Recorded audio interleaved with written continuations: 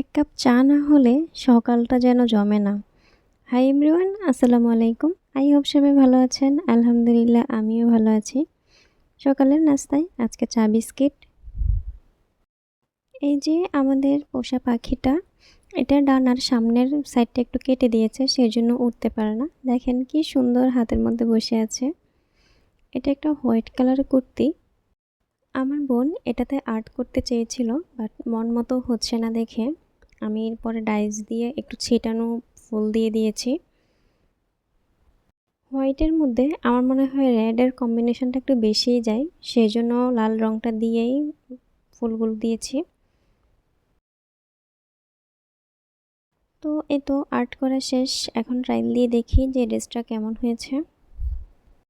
নিজের কাস্টমাইজ করা বা নিজে কিছু করে ড্রেসের অন্যরকম লুক দেওয়া নিজের কাছে অনেক বেশি দামি জিনিস মনে হয়। অনেক দামি ড্রেসের চাইতেও নিজের করাটা সবচেয়ে বেশি সুন্দর হয়।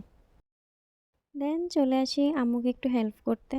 দেখতেছিলাম আম্মু শাক কাটতেছিল, তো চিন্তা করলাম আমিও একটু হেল্প করি।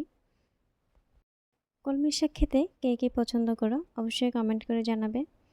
দেন মাটির চুলাতে রান্না বসালাম।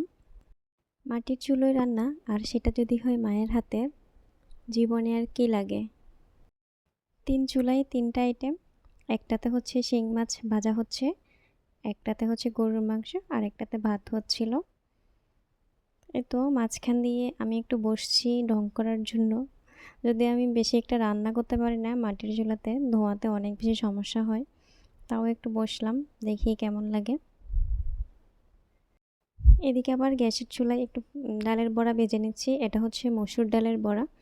আজকে দুপুরে হঠাৎ করে মনে হচ্ছে যে ডালের বড়া দিয়ে ভাত খাইতে, তো ঝটপট বানিয়ে নিলাম।